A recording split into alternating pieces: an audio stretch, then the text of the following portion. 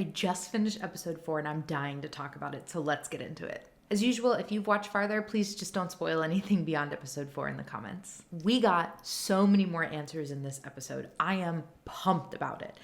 It was kind of split between two scenes, though. The scenes in the vault and then the scenes outside the vault with the Ghoul and Lucy. So I'm going to discuss those separately. We're going to talk about the vault scenes first, and then we're going to talk about the surface scenes second. In the vault, we catch up with Woody and Reg, and we see that they're both running for overseers. So a new race for overseers is already happening, which is interesting because Overseer McLean, just left. But I guess they've accepted that he is gone. Which honestly is probably fair. I don't think any of them would reasonably expect that they're ever going to see him again. We also see that they're still keeping the raiders prisoners. Specifically, they have one guy that they're kind of trying to interrogate. One of them makes a comment, "It's been 200 years of no contact." And I can't tell if they mean no contact for us as the vault dwellers. It's been 200 years since we came in contact with something like this. Or if they mean it's been 200 years of no contact to an actual civilization for the raider, because they don't see the raiders or the surface dwellers really at all as civilization. So it's been 200 years of no civilization, no contact for them. So I thought that was neat. It's clear that they're keeping this guy sedated. They have him on tranquilizers, and I guess when he wakes up, they see if he's still violent or not, and then put him on more tranquilizers. And they say, this is, for his own safety. Of course, we have to do this. And that's horrifying, absolutely horrifying to me. That's an incredibly cruel thing to do. And I kind of love that because, up until now, the vault dwellers have been so morally good that it's neat to see a situation where they think they're doing the right thing and they've convinced themselves they're doing the right thing, but they're definitely not doing the right thing. The third member of the Vault Council, besides Woody and Reg, is Betty, and we find Betty who's talking to Norm. Betty recognizes that Norm at this point is basically a ticking time bomb. She makes a comment about how when regular boys get angry, they'll just do something like pee on the wall, but not Norm. And she recognizes this. Norm does not cope with his anger in the same way as other people, and it is simmering. But she doesn't offer him any real advice. She just says, tread lightly. And I was disappointed by that, but not surprised. There's no actual support for Norm in the vault. There's really no actual support for any of them in a meaningful way. We know that they do a lot of pleasantries and kind of glossing over things, and I like some of the pleasantries they say, things like, let's stay in line with our own values, I agree with, but especially in this scene, it's clear that they don't actually know how to handle any of these things, especially a mental health crisis, which, it seems like Betty thinks that Norm is on the brink of. Similarly, they do not seem to know how to deal with grief at all. Steph, who lost her husband Bert in the raid in episode 1, she brings her dead husband's things to Chet's apartment and then also has him dress up in them so they can start making out. It's very clear that Chet doesn't know how to talk to her. She doesn't know what she actually needs. And they're just both bumbling around this. Nobody in the vault really seems to know how to cope with any situation. Our ticking time bomb Norm is still bringing things to the raiders in their little makeshift reading area jail. He brings them a Jell-O cake. My first thought was that he poisoned it. I wrote down, I was like, I'm pretty sure he poisoned this cake and he's just going to take him out himself. But then the other woman who was there takes the cake instead. So I was like, probably not. But the raider that he talks to tells him the people in Vault 32 were not innocent. And that gets Norm thinking, which is a question that we've had since episode 1. Norm goes back to his terminal, and side note, there's a special poster on the wall next to him while he's working at his desk. I loved that. I had to pause. It felt like a neat little Easter egg from the games. Norm realizes that he can't access any of Vault 32's record, and it seems like he thought he would be able to access those. So he goes to get Chet, who is having a time. Steph is giving birth in his apartment, and he's still dressed up in her dead husband's clothes. So Norm and Chet slip out of there, and they go to explore the ruins of Vault 32. We got a little preview of this in episode 1, but now we are looking directly at it. It's clear that the cornfields are long dead. Whatever happened here happened a few years ago, not when the raiders entered the vault. Quick side note to plug the Silo series again, this just reminded me so much of it, and I really enjoyed those books. Things in Vault 32 are very, very weird. There's a lot of dead bodies.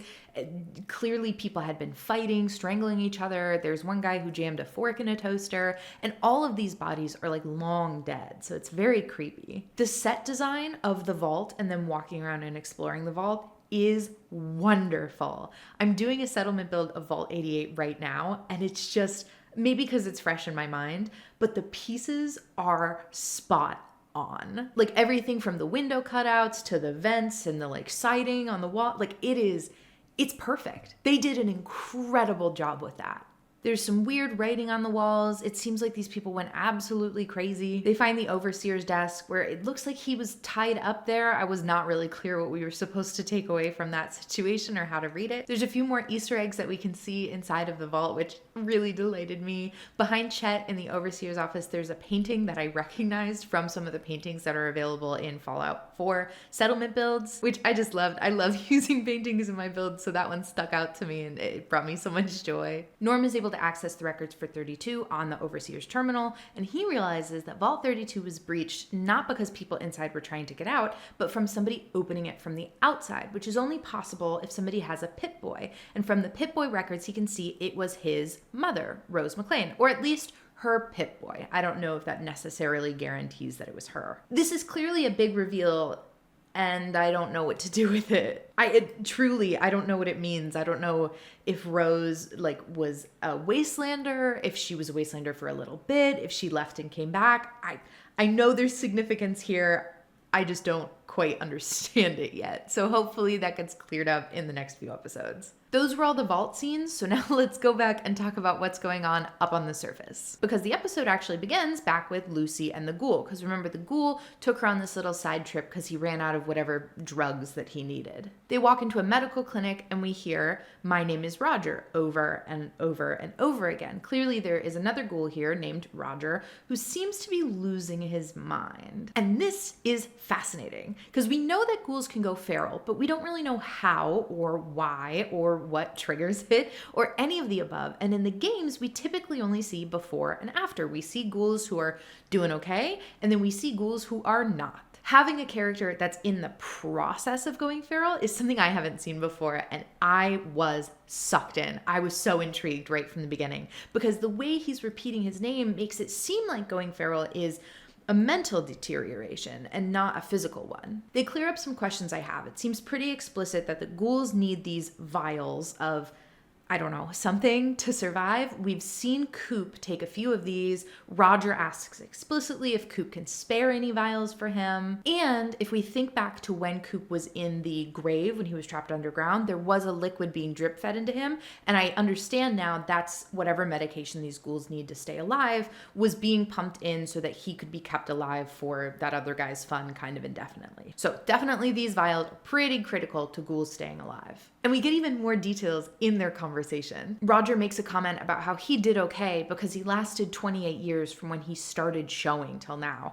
I'm interpreting started showing as becoming a ghoul and not just showing signs of going feral. I think that he was a ghoul for 28 years and then he finally went feral near the end there, because he references how Coop has been doing a lot better than him because he's been, wastelanding it for 200 plus years, which is fascinating to me because when I think of ghouls, honestly, most of the ghouls I can think of in the games are pre-war ghouls. The ghouls that come to mind are like Daisy from Good Neighbor, who sends you on a quest to the public library because she has memories of being there as a kid, so she's clearly a pre-war ghoul. The Vault Tech representative, who's part of the pre-war scenes, clearly pre-war ghoul.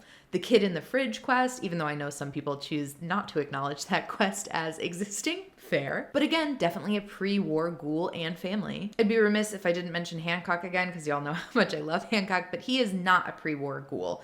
But he doesn't seem to be scared of going feral anytime soon. I think in the games, you could be a ghoul kind of indefinitely without added support, wherein the lore is definitely different in the show. Coop makes a comment about how, do you remember how good food used to taste?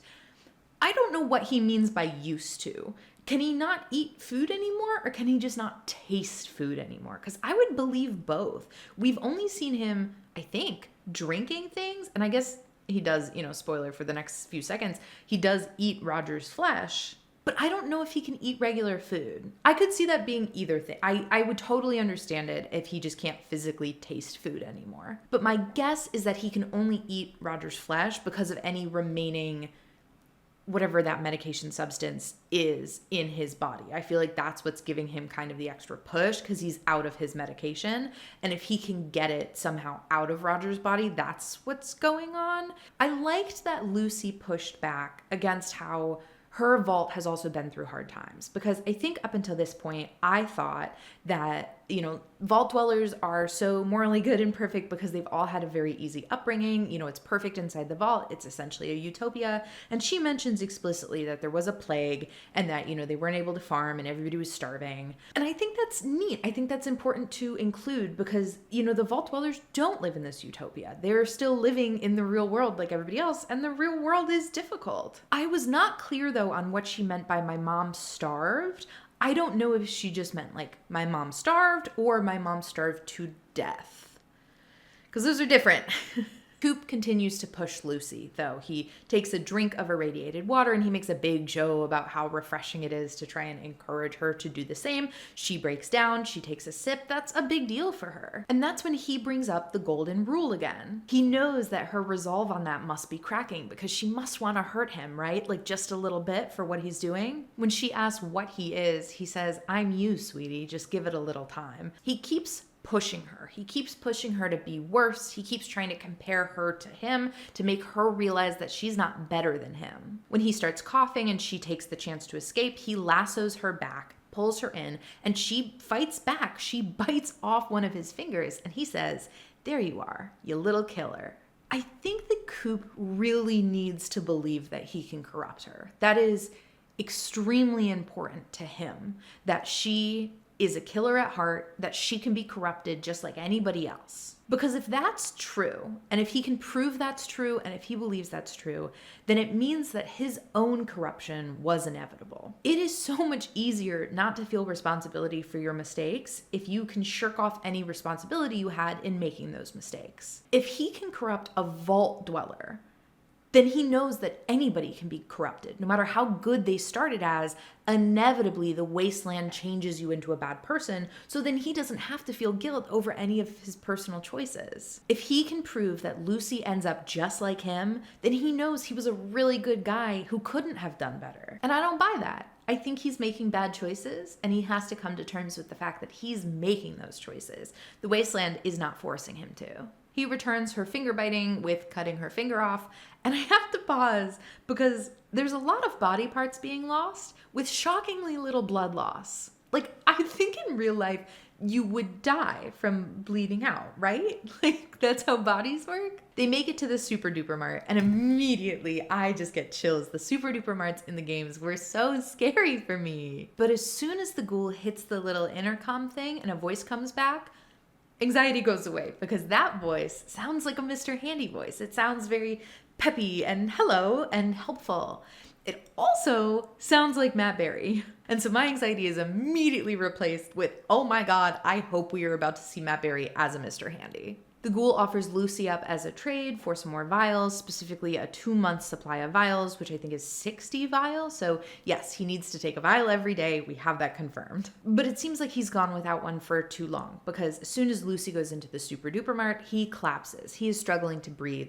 And I, again, am confused on ghoul lore, because with Roger, he was losing his mind first. Whereas with Coop, he just seems to be getting physically ill. Like, he's not showing any signs of mental deterioration. Do the vials just keep them alive? And is going feral, like, different? Like, is that a separate thing? And I wrote down at this point, have we seen a feral ghoul? And I think at this point, the answer is no.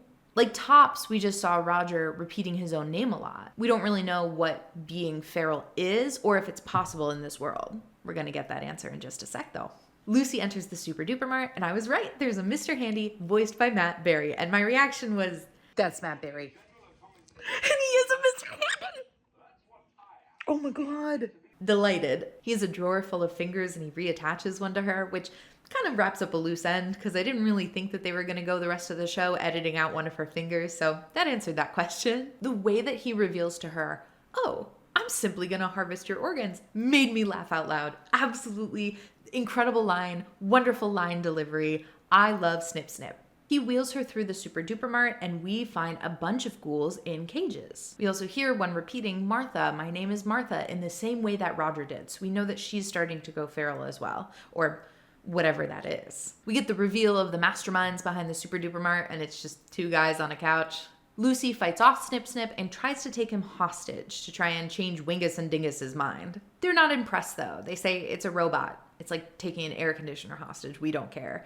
And while they may not care, I do not believe that anybody else on Earth would actually not care about a Mr. Handy. Like, we as humans love to anthropomorphize things. It's like our favorite thing. If I had a Mr. Handy and somebody was threatening him, I would lose my mind. But Lucy is able to threaten them successfully, and she demands that all of the ghouls be free, which is clearly a mistake, right? But at this point, we still don't know what feral means, so I guess we'll see. Feral ghouls come out of their cages, snarling, ready to attack, and in the same kind of jumpy way that they do in the game. So yeah, classic feral ghouls. We even get some confirmation with the Martha character that losing your mind is sort of the first sign of going feral, as she then starts snarling and goes to attack Lucy. And Lucy is now faced with the same choice that Coop was earlier in the episode. You have a feral ghoul who's coming at you. Do you kill them? And the choice she makes is yes. And I think in that moment she realizes that Coop is not as bad as she thought he was. He's terrible, yeah, but he didn't shoot his friend in the head just to eat him. She comes out of that Super Duper Mart looking like a badass. She's got a little bit of armor for the first time. She's taken off the jumpsuit partway. She's got a gun now, and she is just strolling out of there. And it's a great main player character moment for her. Like, you won your first battle, you are riding high, and I'm vibing with it. She has the choice now to kill Coop, and she doesn't. And I'm so glad she didn't. It's so much more interesting that she didn't. She just gives him the medication and says, "Golden rule, motherfucker," and walks away. It's such a cool moment. It's such an affirming moment for Lucy. I really am enjoying her as a character and watching her make these decisions. And it's a crushing one for Coop because, like I said earlier, he is very invested in proving that the wasteland will corrupt anybody. He is so desperate to prove to himself that it is impossible to make good choices out here, so he's not really responsible for any of the bad ones he makes. He then stumbles inside the Super Duper Mart and he just starts drinking water, taking drugs, just really gorging himself on everything he can. And he finds this old, I guess not VHS, but this old tape to play on the TV, and it's one of his old movies. And as he puts it in, I realized that we didn't get the ending of the pre-war scenes in the last episode. When he was fighting the director on whether or not he was going to shoot that guy in the head, the director said, you have to. The audience wants to know what it looks like when a good man goes too far. And Coop pushed back. He said, I don't want to be that guy. Like, I want to be the hero. I didn't realize, but we didn't get the answer to what happened. We kind of left that episode with, did he do it or did he not? And we didn't know. And we get our answer here. He did. And Coop is watching himself do this, and he's watching himself essentially compromise his morals. And I think what he's realizing in that moment is that when he was pushed, he made the wrong decision. Yes, his character did in this fictional show because the director pushed him to, but he did compromise some of his morals by doing it anyway. And in the 200 years since then, he has continued to do so. Life got hard and he made hard choices and he made some bad decisions and he has tortured people and he has killed people. And I think he really wanted to believe that he didn't have a choice in that. But he's realizing, because he saw Lucy do differently, that he did, and he might have made the wrong ones. I really liked this episode. We got a ton of lore answered, and I love scenes in the vault because it gets us a little closer to what was Vault-Tec thinking with the trio of vaults. And I'm still dying to know what's going on there. We really did answer so many of my questions about ghouls from the first few episodes. So that was really satisfying. It was only when I got to the very end that I realized we didn't check in with Max at all this episode. And as much as I love Max, I didn't really miss him because we got so much lore in the rest of it. I think my only critique would be that the scenes in the vault felt very separate from the scenes on the surface, which, I mean, if you've watched this, yeah, it doesn't feel more evident now that you saw me talking about one than the other, like they were separate episodes. I didn't really mind it though, to be honest, because they were both so rich that it kind of felt exciting every time we switched back and forth, because I was like, Ooh, we're back in the vault. We get to learn more about what's going on there. Ooh, we're back with the ghouls. We get to learn more about what's going on there. So I was never disappointed, and I don't really have a critique about it. I am really loving this show so far. If you are also watching it, please let me know in the comments what you liked about this episode, what you didn't, and I'll be back probably next week to talk about the next episode. Thank you so much for watching, and I will see you next time.